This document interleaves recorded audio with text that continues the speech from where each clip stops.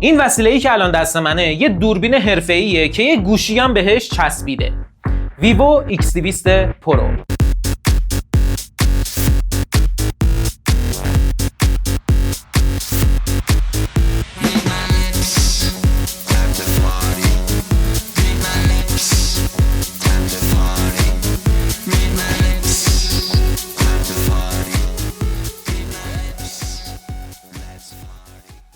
درود بر شما، امیدوارم هر جایی که هستید حالتون خوب باشه. آقا امروز در خدمتتون هستم با بررسی گوشی جدیدم، یعنی ویوو X200 پرو. منتها قبلش یه نکته رو بهتون بگم که حالا فکر نکنید چون گوشی خودمه در مورد همه قسمتاش میام به به چه چه میکنم. نه، از این خبران نیستش. من با خودم هم حتی تعارف ندارم. اگه توی هر بخشی خوب باشه میگم خوبه، اگه بد باشه میگم بده. پس ویدیو رو لایکش کنید. اگرم فکر میکنید من محتوای خوب تولید میکنم حتما کانالو ساب کنید. بدون معطلی بریم تو بررسی. بخش اول طراحی و کیفیت ساخت. اول از همه میخوام این گوشی رو توی 3 تا کلمه براتون خلاصه کنم: با ابهت، لوکس و پر استرس. زمانی که این گوشی رو واسه دفعه اول تو دستم گرفتم، حس پریمیوم بودن، حس با کیفیت بودن و حس یه گوشی پرچمدار تموم عیار رو خیلی قشنگ بهم منتقل کرد. فریم این گوشی از جنس آلومینیوم تقریبا تخته، منتها لبه‌هاش یکم به سمت پشت جلو خمیده است، طراحیش هم ماته و یه مقدارم حالت هاشور خورده داره. سمت راست این فریم کلیدهای تنظیم صدا و کلید پاوره که فوق‌العاده قرص و محکم سر جای خودشون قرار گرفتن، منتها دکمه‌های تنظیم صدا جاشون یه مقدار بالاست، باید حتما انگشت 60 رو بکشی تا بهشون برسه. پایین گوشی درگاه تایپ سی، اسپیکر و میکروفون اصلی به علاوه اسلات سیم کارت هاست که از 2 تا سیم کارت همزمان پشتیبانی میکنه، از مموری هم پشتیبانی نمیکنه. سمت چپ بجز خطوط آنتن هیچی نیست. بالای گوشی هم میکروفون دومه. این گوشی توی 4 تا رنگ عرضه شده: رنگ آبی، مشکی، سفید و تیتانیوم که رنگ آبی پشتش براق، 3 تا دیگه پشتش ماته. رنگی هم که من خریدم رنگ تیتانیومشه. پنل پشتی این گوشی از جنس شیشه است، منتها هیچ جایی عنوان نشده که از چه شیشه‌ای استفاده شده. حتی کمپانی ویوو هم به صورت رسمی اعلام نکرده. بهتون گفتم رنگش ماته، کثیفی خیلی کم نشون میده و خیلی راحت هم پاک میشه. قسمت بالایی پنل پشتی یه ماژول دوربین دایره‌ای و عظیمه که توی این مدت هر کس این گوشی رو دست من دیده گفته یا ابوالفضل این دوربین عکاسیه یا گوشی. یعنی قشنگ داره داد میزنه که من یه کامرافون به تموم عیارم. حاشیه‌های این ماژول یه فلز با کیفیته که حالت نقطه نقطه است، میخواد حس دوربین‌های DSLR رو به آدم بده. وسطش لوگو زایس رو میبینیم که تو دوربینای این گوشی با برند ویوو همکاری داشته، به علاوه نوشته تی استار که اسم شیشه ضد تابش محافظشه. بیرون زدگی این ماژول هم واقعا زیاده، روی سطح صاف لق نمیزنه، ولی وقتی مثلا میذارش روی میز قسمت بالایی گوشی 1 سانت بالاتر وای میسته. وسط دوربینام یه میکروفون دیگه است که واسه زوم صوتی حین فیلمبرداری استفاده میشه. تو بخش جلویی صفحه نمایش با آرمور گلاس محافظت میشه، شیشه‌ای که کمپانی ویوو گفته در برابر ضربه و خط و خش به شدت مقاومه. منتها حقیقتا من جیگرشو نداشتم تستش کنم. یه نکته بگم که من خیلی گشتم تا بفهمم این شیشه ساخت کدوم کمپانیه، که حقیقتا در موردش منبع معتبری پیدا نکردم، اما احتمال خیلی زیاد ساخت کمپانی آلمانی شات، همون کمپانی که محافظ صفحه نمایش آیکو 13 رو هم تولید کرده بود. اینم بهتون بگم که بیش از 90% پنل جلویی صفحه نمایش، حاشیه‌ها خیلی کمه و صفحه نمایش این گوشی از هر 4 طرف یه کوچولو خمیده است که بیشتر این خمیدگیه توی اون نوار مشکی حاشیه‌های صفحه نمایشه که البته عملیات سوایپ کردن رو خیلی راحت‌تر میکنه و لمس تصادفی هم اصلا اتفاق نمیفته. دوربین سلفی هم توی پانچول متوسطون بالاست، بالاترش هم خروجی صدای مخاطب و اسپیکر دومه. در این حال این گوشی علاوه بر اینکه از IP68 پشتیبانی میکنه، از IP69 هم پشتیبانی میکنه. یعنی اینکه ضد آب که هست هیچ، در برابر آب پرفشار تا دمای 80 درجه سانتیگراد هم میتونه مقاوم باشه که این واقعا عالیه. یعنی اگه شما یه جایی باشه حتی یک بهت آب بپاشه هیچ چیش نمیشه. در مورد خوش دستیش هم بهتون بگم که این گوشی به خودی خودش گوشی نسبتا خوش دستیه. توی پنل پشت جلو از هر 4 طرف خمیده است و گوشی نسبتا خوب توی دست میشینه. منتها این ماژول دوربینه کلا کارو خراب کرده. اینم بهتون بگم که کمپانی ویوو چاره ای جز این طراحی نداشته. اندازه سنسور پریسکوپ تلفوتوی این گوشی اندازه 2 تا بند انگشته. کوچیک‌تر می‌خواست طراحی کنه اصلا جاش نمیشد. قسمت بالایی این گوشی سنگین‌تره و به سمت بالا لنگر میندازه. زمانی که این گوشی من آنباکسش کردم از پشت میز پا شدم، یه لحظه نزدیک بود از بالا لنگر بندازه از دستم بیفته. سری گوشی قاپیدمش. چارش اینه که یکی از انگشتا به این شکل همیشه روی لنز دوربین ها باشه و همیشه هم کثیف میشه. اما من یه چاره ای اندیشیدم، یه دونه کاور اصلی نیلکین با محافظ لنز براش خریدم به این شکل. حالا سفته باز میشه، زمانی که خواستم فیلم بگیرم بازش میکنم و دوباره هم میبندمش. کلا با این کار مخالفم، منتها اگه این ضربه بخوره بشکنه من بدبخت میشم. به طور کلی کیفیت ساخت این گوشی واقعا عالیه، حسه گوشی پرچمدار و پریمیوم و با اصالت رو بهتون میده. از IP 68 و 69 هم که خب پشتیبانی میکنه، ولی گوشی آنچنان خوش دستی نیست. صفحه نمایش این گوشی از نوع LTPO AMOLED 120 هرتزی 10 بیتیه، یعنی میتونه 1 میلیارد رنگ و نمایش بده. ابعادش 6.78 اینچ، رزولوشنش 1.5K، از استاندارد HDR10 پلاس و دالبی ویژن پشتیبانی میکنه و درخشندگیش با نمایش محتوای HDR میتونه به 4500 نیت برسه. روی کاغذ خب صفحه نمایش این گوشی تا دندون مسلحه، در عمل چجوریه؟ واقعا عالیه. من توی این 2 هفته با این صفحه نمایش دقیقاً مثل آیکو 13 عشق کردم، هیچ مشکلی باهاش نداشتم. همه چیز توی این صفحه نمایش نرم و روونه، درخشندگیش عالیه، دریافت لمسش بسیار سریعه. ولی خب یه سری تستم ازش گرفتم، بریم که کامل براتون توضیح بدم. دقت رنگی این صفحه نمایش رو من روی حالت دیفالتش که میشه همون حالت استاندارد توی این 2 هفته تستش کردم و انحراف رنگی عجیب غریبی توش ندیدم. منتها یه سری از منابع میگن که رنگ سفیدش یه حاله خیلی کمی قرمزم توش هست که اصلا من متوجه چنین چیزی نشدم. یه سری از منابع هم میگن که صفحه نمایش این گوشی رو 2 تا کمپانی تولید میکنه. حالا از شانس من اگر چنین چیزی باشه احتمالاً صفحه نمایش خوبه افتاده به من. در کل دقت رنگی صفحه نمایشش رو من واقعا دوست داشتم، هیچ گونه انحراف رنگی با چشم خودم متوجه نشدم. اینم بهتون بگم که توی بخش تنظیمات صفحه نمایشش کلی پروفایل رنگی بهتون میده که هر جور دوست داشته باشی میتونی رنگا رو برای خودتون شخصی سازی کنید. درخشندگی این صفحه نمایش هم روی حالت دستی میتونه به 620 نیت برسه که توی محیطای بسته مثل این جایی که من هستم اصلا نیاز نیست آخر زیادش کنی، روی همون 50-60% باشه کاملا کافیه. روی حالت اتوماتیک زیر نور خورشید درخشندگیش میتونه به 1900 نیت برسه که خیلی ساده بخوام بهتون بگم تو اون شرایط شما میتونی بشینی زیر نور خورشید و توی این صفحه نمایش ویدیو ببینی، انقدر روشن میشه. اون 4500 نیت هم که با نمایش محتوای HDR، اینجوری بهتون بگم کمپانی‌ها در این مورد گندگویی میکنن، ولش کنید، معمولا همچین اتفاقی نمیفته، یا مثلا یه بخش کوچیک از صفحه نمایش انقدر روشن میشه. دریافت لمس این صفحه نمایش هم از نوع 300 هرتزیه و عملکردش بسیار عالیه، یعنی خیلی سریع به لمس انگشت پاسخ میده. توی حالت بازی کردنم زمانی که حالت اولترا گیم مود رو فعالش کنی میتونی دریافت لمسش رو تازه حساس‌ترم بکنی و دیگه توی بازی یه جوری عمل میکنه که حیرت زده میمونی. کنترل رفرش ریت این صفحه نمایش هم 3 تا حالت مختلف داره. استانداردش میشه 60 هرتز، های میشه 120 هرتز. البته اینو بهتون بگم که روی همین حالت های هم اینجوری نیست که همه برنامه‌ها بیان روی 120 بمونن، نه، کنترل بین 0.1 هرتز تا 120 هرتز انجام میشه، منتها به برنامه‌ها اجازه میده تا 120 رفرش ریتشون بالا بره. و سومیش هم حالت اسمارت که میاد محتوای در حال نمایش رو پایش میکنه و همونقدر بهش رفرش ریت میده. مثلا شما اگه توی اینستاگرام ویدیوی 30 فریم ببینی میاد رفرش ریت رو روی 30 تنظیم میکنه، توی یوتیوب مثلا 30 فریم ببینی 60 فریم ببینی تنظیم میکنه و واقعا عملکردش خیلی خوبه. اما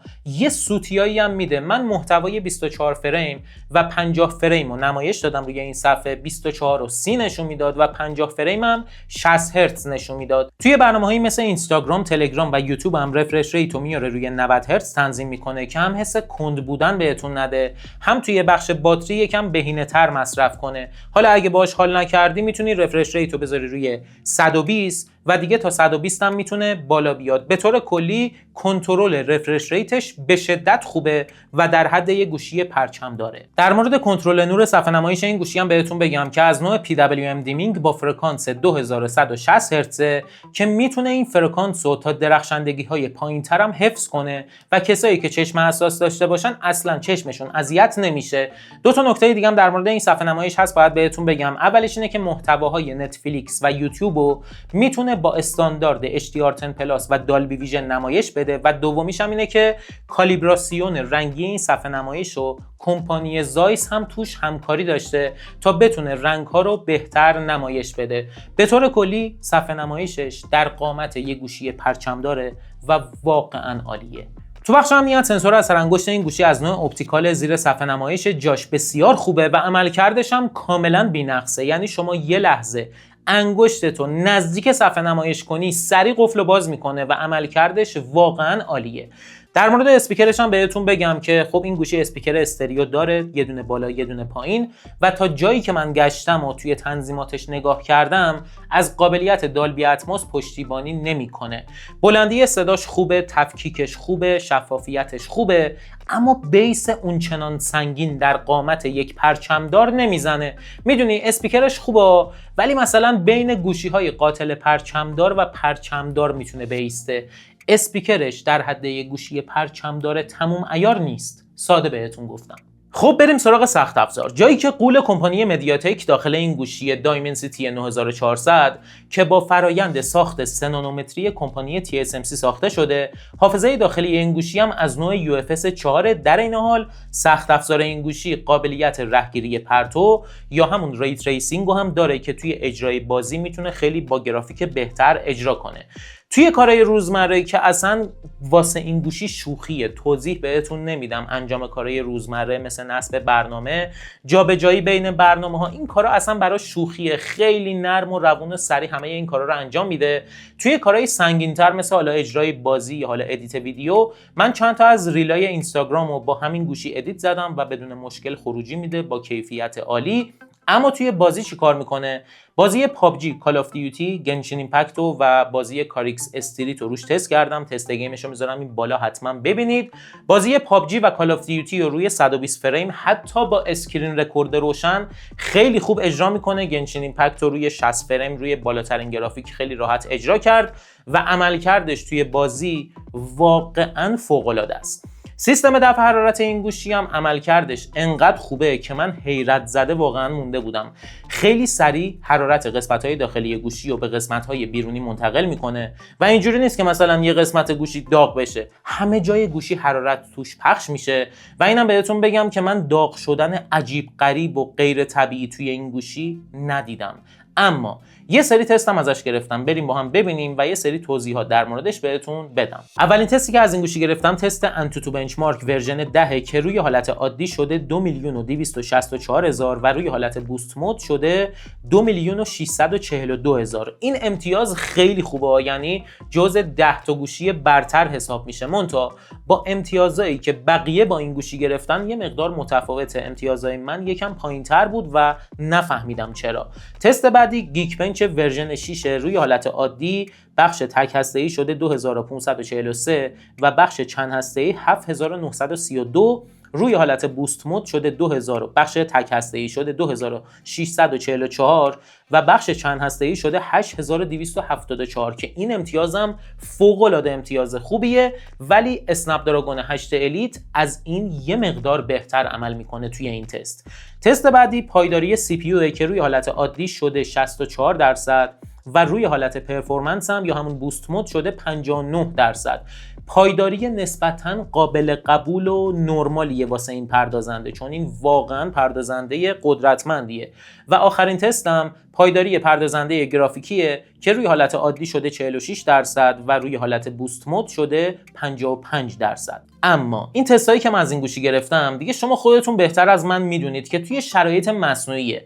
توی شرایط واقعی هیچ وقت چنین فشاری نه تنها به این گوشی، به گوشی‌های دیگه هم نمیاد. من توی این 2 هفته هر بلایی که شما فکرشو بکنید سر این گوشی آوردم. بازی‌های سنگین، ادیت ویدیوهای سنگین، تست‌های سنگین و این گوشی واقعاً کم نمیاره. توی بررسی آیکو 13 بهتون گفتم که پردازنده‌هایی مثل اسنپ دراگون 8 الیت و دایمنسیتی 9400 پردازنده‌های بسیار توانمند و پرقدرتی هستند که با مثلا 30% توانشون با 40% توانشون هم خیلی راحت میتونن بازی‌ها و برنامه‌ها رو خیلی روون اجرا کنن. پس از بابت سخت افزار خیالتون از این گوشی راحت باشه و به جرئت میتونم بگم سخت افزارش فوق‌العاده است.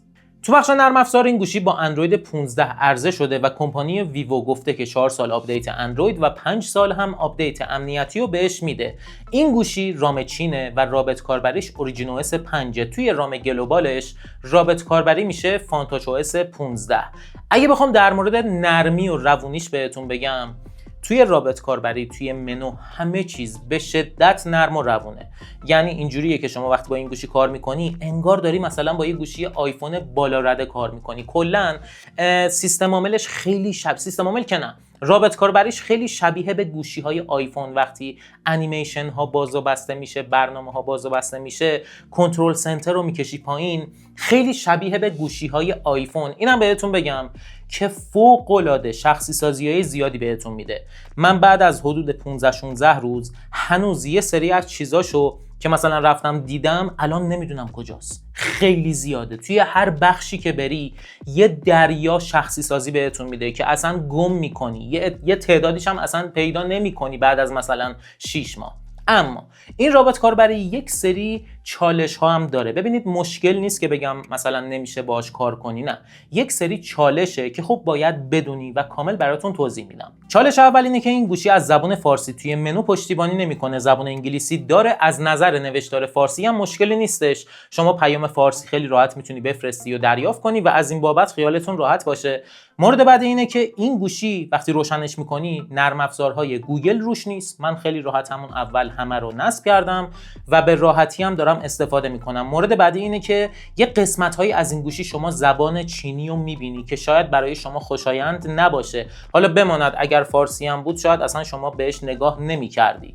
مورد بعدیش هم اینه که توی والپیپرها و بخش تم‌ها انیمیشن و اون حالتهای انیمه خیلی دخیله. کلا چینی‌ها و ژاپنی‌ها انیمه بازن، انیمیشن بازن و خب من خودم خیلی خوشم نیومد، یه حالت بچه بازی داره. چالش بعدی اینه که توی سری از قسمت‌های این رابط کاربری یه سری تبلیغات سوسکی کوچولو اون گوشه موشه‌ها بهت نشون میده که قابل چشم پوشیه. حالا ممکنه اصلا خیلی‌ها متوجهش نشن.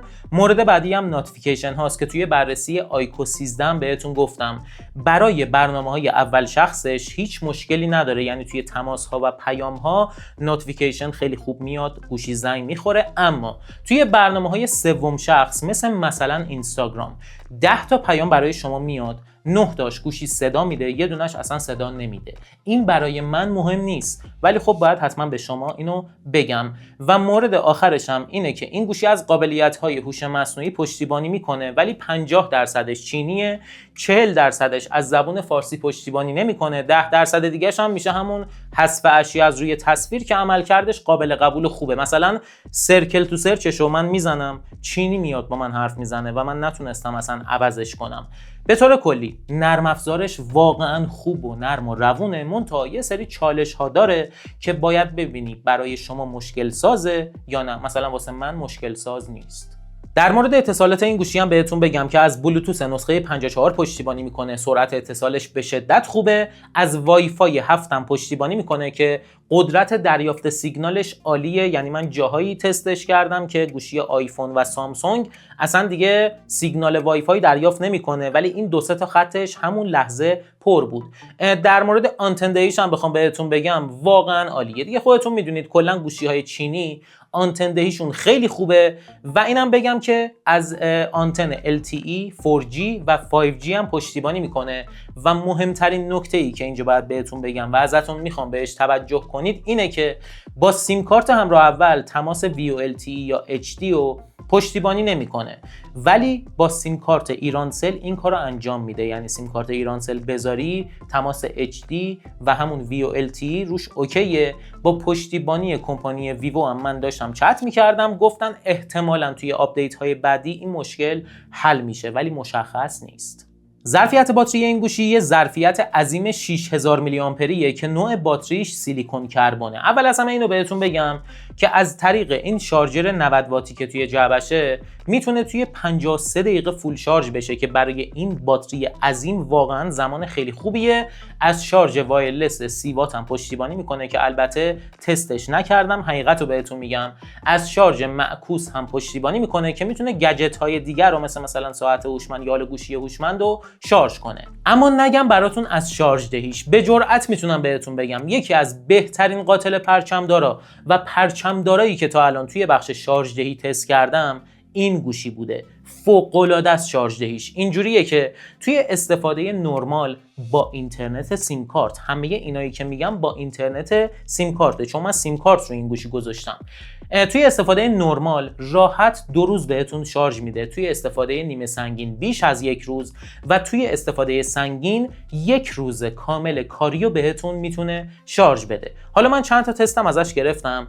توی بازی پابجی روی 120 فریم با اینترنت سیم کارت 19% باتری مصرف کرد، توی وبگردی 7% و 1 ساعت هم ویدیوی یوتیوب 6% باتری مصرف کرد. عملکرد شارژ دهیش واقعا عالیه، یعنی از این بابت کاملا خیالتون راحت باشه. خب بریم سراغ بخش آخر این بررسی، بخش دوربین، جایی که شما قراره شگفت زده بشی. دوربین اصلی این گوشی 50 مگاپیکسل LYT 818 سونی با f1.57 مجهز به فوکوس خودکار و لرزشگیر اپتیکال. دوربین اولتراوایدش 50 مگاپیکسل آیسوسل جن N1 سامسونگ با f2 و فوکوس خودکار. دوربین پریسکوپ تلفوتو 200 مگاپیکسل که میتونه تا 3.7 برابر زوم بدون افت کیفیت بده. آیسوسل HP9 سامسونگ با f2.67 مجهز به فوکوس خودکار و لرزشگیر اپتیکال و دوربین سلفی هم 32 مگاپیکسل آیسوسل KD1 سامسونگ با f2 که متاسفانه این دوربین از فوکوس خودکار پشتیبانی نمیکنه. در مورد دوربینای این گوشی هم باید این نکته رو بهتون بگم که کمپانی زایس تو بخش طراحی و تولید لنزها، شیشه محافظ ضد انعکاسش و الگوریتم پردازش تصویر با کمپانی ویوو همکاری داشته که چه همکاری خوبی هم شده. بریم عکس‌ها و ویدیوهاشو با هم ببینیم. خب اول از همه اینو بهتون بگم که کمپانی ویوو توی این گوشی از واحد پردازش تصویر اختصاصی خودش یعنی V3 پلاس استفاده کرده که بتونه پردازش عکس‌ها رو به بهترین شکل ممکن انجام بده. در این حال این گوشی روی 3 حالت ویوید، تکسچر و زایس میتونه عکس بگیره که حالت ویوید پیش‌فرضشه و داینامیک رنج عکساش از بقیه حالت‌ها بهتره و حالت زایس هم بهترین دقت رنگی رو ارائه میده. پس عکسایی که در ادامه بهتون نشون میدم و روی حالت ویوید و زایس ثبت کردم. عکسای دوربین اولتراواید به صورت پیش‌فرض 12 مگاپیکسل ثبت میشه. روی حالت ویوید دقت رنگی درست نیست و کلا همه رنگا رو پر جنب و جوش‌تر ثبت میکنه. حالا شاید از نظر یه عده این مدل رنگ عکس خیلی جذابتر و خوشگل‌تر هم باشه، اما روی حالت زایس دقت رنگی کاملا درسته و این دقیقاً همون رنگیه که من با چشم خودم میدیدم. داینامیک رنج این عکس‌ها خیلی خوبه، نویز دیده نمیشه، سطح جزئیات سوژه‌های دور و نزدیک هم نسبت به اولتراواید بودنش واقعاً خوبه. عکس‌های همین دوربین روی حالت 50 مگاپیکسل رنگا رو همچنان پر جنب و جوش‌تر ثبت می‌کنه، داینامیک رنجش عالیه، نویز اصلاً دیده نمیشه، حتی توی نقاط تاریک تصویر جزئیاتش هم نسبت به حالت عادی یکم بهتر میشه، ولی اونقدری نیست که خیلی به چشم بیاد. در کل عکسای دوربین اولتراوایدش مثل بقیه گوشی‌های پرچم داره. عکسای دوربین اصلی هم به صورت پیش‌فرض 12 مگاپیکسل ثبت میشه. رنگا رو حالت ویوید پر جنب و جوش و پررنگ‌تره، اما رو حالت زایس دقت رنگی کاملا درسته. داینامیک رنج این عکس‌ها فوق‌العاده عالیه، نویز اصلا دیده نمیشه، بافت سوژه‌های دور و نزدیک هم خیلی خوب و حرفه‌ای پردازش میشه. عکسای همین دوربین روی حالت 50 مگاپیکسل رنگا رو غلیظتر از حالت عادی ثبت میکنه. حتی گاهی وقتا پیش میاد که این غلظت رنگه خیلی بیش از حد طبیعی میشه و عکس کلا میره تو فاز زرد و نارنجی شدن. داینامیک رنج این عکس‌ها فوق‌العاده است، نویز نداره، بافت سوژه‌های نزدیک عالیه، سوژه‌های دورتر هم اگر بزرگ باشن جزئیاتشون خوبه، ولی اگه کوچیک باشن مثل شاخه درخت‌ها یکم حالت مبهم و در هم رفته پیدا میکنن. عکس‌های با زوم 2 برابر همه فاکتوراش دقیقاً مثل حالت قبله، اما نکته جالبش اینه که با توجه به اینکه این عکس‌های کراپ از تصویر دوربین اصلیه، اما انقدر خوب پردازش میشه که سوژه‌های دور و نزدیک جزئیاتشون کاملا مشخصه و روی حالت زایس هم دقت رنگش عالیه. اما بریم سراغ شاهکار این گوشی یعنی دوربین پریسکوپ تلفوتو 3.7 برابر زومش. این دوربین میتونه عکسای 12، 50 و 200 مگاپیکسل ثبت کنه. عکسای این دوربین به معنای واقعی کلمه بی‌نقص و فوق‌العاده عالیان. دقت رنگی و داینامیک رنج در بهترین حالت ممکنه و سطح جزئیات به خصوص روی حالت 50 و 200 مگاپیکسل انقدر خوب و طبیعیه که شما به راحتی میتونی بیش از 100% روی عکس زوم کنی و جزئیات خیلی زیادی رو ببینی. در این حال این دوربین به خاطر گشودگی خوب دریچه دیافراگمش با سرعت شاتر بالاتری عکس میگیره که این باعث میشه میشه سوژه های در حال حرکت رو هم بتونه خیلی خوب ثبت کنه. در کنارش یه بوکه ترتمیز و طبیعی هم به تصویر میده. حالا من چند ثانیه هیچی نمیگم، شما فقط عکساشو ببینید و حظ کنید.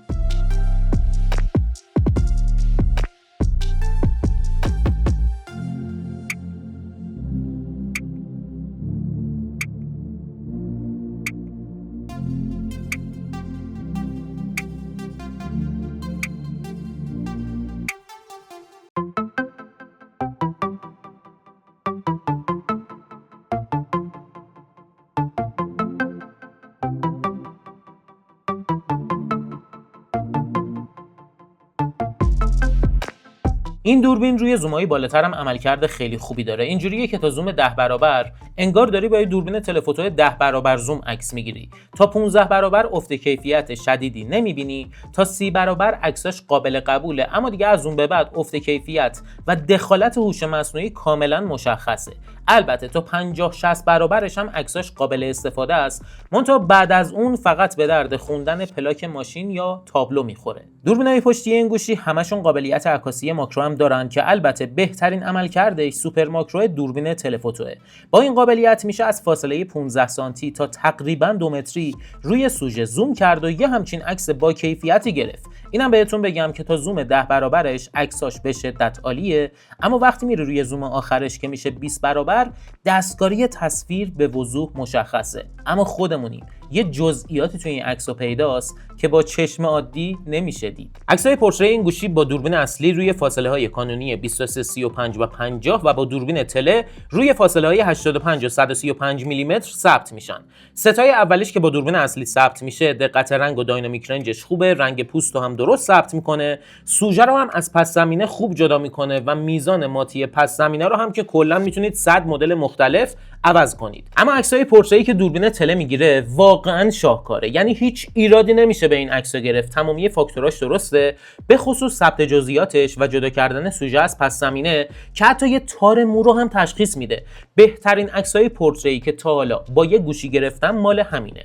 در این حال این گوشی اصلا براش مهم نیست سوژه انسان، درخت، گیاه یا حیوانه، هیچ فرقی براش نداره. فقط کافیه روی حالت پورتری از هر چیزی که میخوای عکس بگیری و یه خروجی فوق العاده بهت تحویل میده. عکسای دوربین سلفی دقت رنگش خوبه، داینامیک رنجش میزونه، منتها یه وقتایی که نور خیلی کم و زیاد بشه یکم گیج میزنه. ببینید مشکل بزرگی نیستا، ولی چون پرچم داره باید بهش سخت بگیرم. نویز توی تصاویرش دیده نمیشه، ثبت جزئیاتش هم اگه تا 50-60% روش زوم کنید خوبه. عکسای پورترش هم همه فاکتوراش دقیقاً مثل حالت عادیه، با این تفاوت که سوژه رو نسبتاً خوب از پس زمینه جدا میکنه. البته گاهی وقتا تو قسمت موها یه سوتیای ریزی هم میده. در کل دوربین سلفی این گوشی درسته به رقبای خودش یعنی S25 اولترا و آیفون 16 پرو مکس نمیرسه، ولی اونقدرایی هم که ازش بد تعریف کردن واقعا بد نیست. دوربین خوبیه. دوربین سلفی این گوشی نهایتاً میتونه با کیفیت 4K 60 فریم ویدیو بگیره. الان دارم با 4K 30 فریم ویدیو میگیرم. دقت رنگی ویدیوهاش خوبه، داینامیک رنجش هم خوبه، منتها الان خورشید رفت پشت ابر نمیتونم بهتون نشون بدم.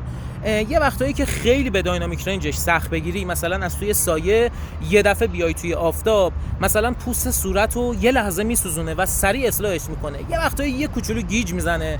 لرزشگیریش به این شکله. الان من تون باش راه میرم و میبینید سطح جزئیات سوژه هم که الان من باشم به نظرم خوبه. یه قابلیت وکال اینهانسمنت هم داره که الان فعالش کردم، میاد نویزهای اضافی محیط تا حدی حذف میکنه. منتها الان میدونم صدای من براتون یکم تیز شد.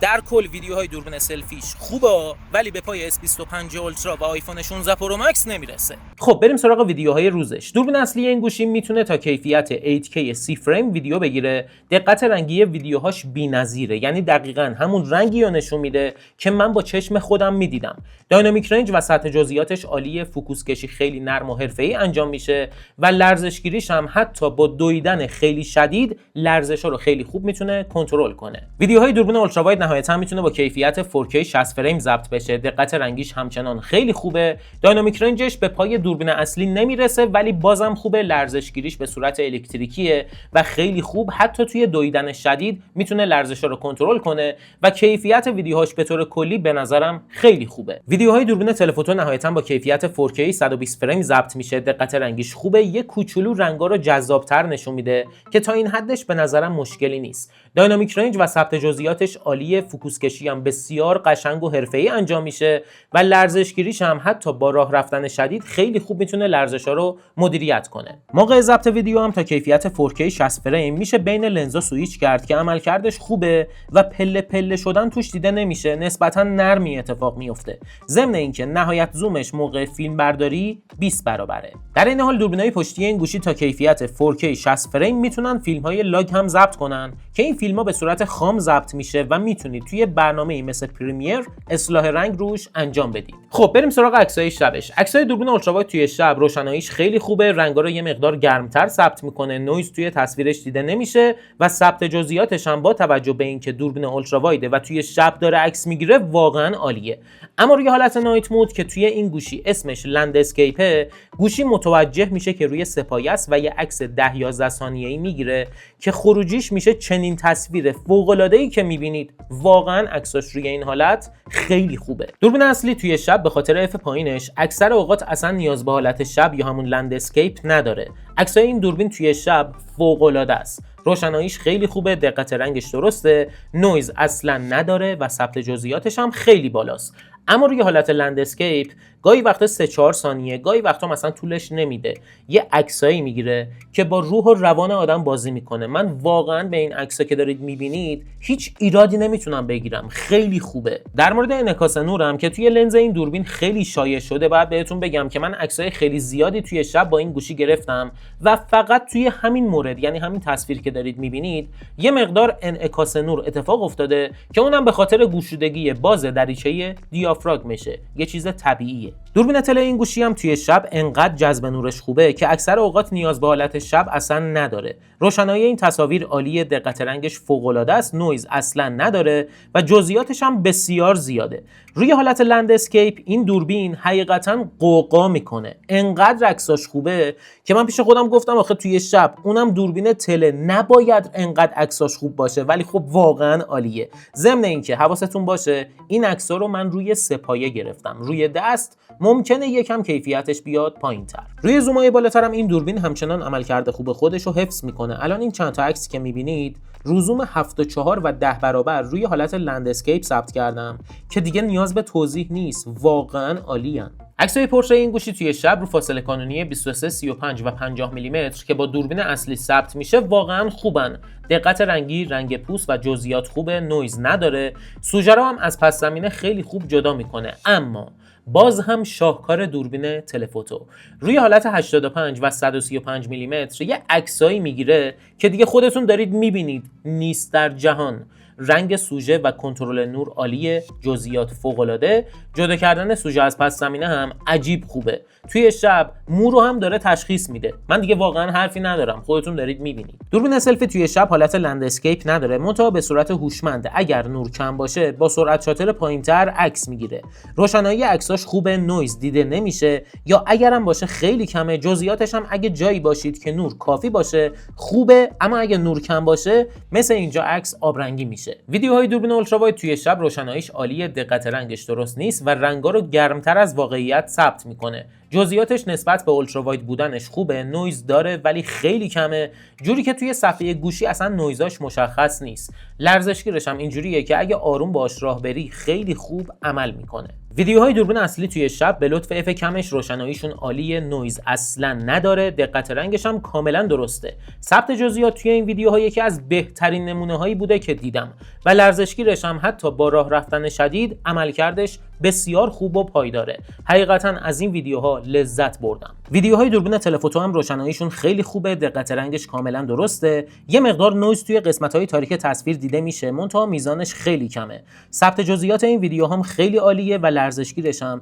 اگه باهاش آروم راه برید تا حد زیادی میتونه تنش‌های تصویر رو خنثی کنه. به طور کلی من از دوربینای پشتی این گوشی هم توی نور روز و هم توی شب به شدت راضی بودم. دوربین سلفیش هم خوبه اما به خوبی دوربینای پشتیش نیست. خب اینم از بررسی چشم عقاب ویوو X200 پرو. بریم سراغ جنبندی. خیلی ساده و روون میخوام براتون توضیح بدم. به جرئت بهتون میگم این گوشی یکی از 5 گوشی برتر دنیاست، به خصوص تو بخش دوربین. توی عکاسی که اصلا از رو سامسونگ و آیفون رد میشه. اگر که اهل برندینگ و نمیدونم حالا آیفون بخرم و سامسونگ بخرم نیستی و اگر میتونی با چالش های نرم افزاری که براتون توضیح دادم، البته خیلی چیز حادی هم نیست، کنار بیای، به نظر من این گوشی میتونه یکی از بهترین انتخابا باشه. حالا این که میگم با چالش های نرم افزاری کنار بیای، یه عده هستن میگن آقا ما حال حوصله این که حالا به چالش بخوریم و یه جاییشو نفهمیم بریم پیدا کنیم و نداریم. اگر اینجوری نیستی و مثل من سرت درد میکنه برای چالش های این شکلی، برو همین الان این گوشی رو بخر. مونتا اگرم نمیخوای میتونی بری حتی نسخه گلوبالش رو بخری. فکر کنم 10-15 میلیون تومان از این گوشی گرونتر باشه. رسیدیم به آخر این ویدیو. اگر دوست داشتید این گوشی هم بخرید، من فروشگاه موبو تیک تاک حاج علی عزیز رو بهتون پیشنهاد میدم. فروشگاه به شدت معتبر و کاردرستی. آدرس سایت و پیج اینستاگرامشون رو همین پایین براتون میذارم. امیدوارم که این بررسی براتون مفید بوده باشه. ویدیو رو لایک کنید، کانال رو ساب کنید. خیلی مخلصم. خداحافظ.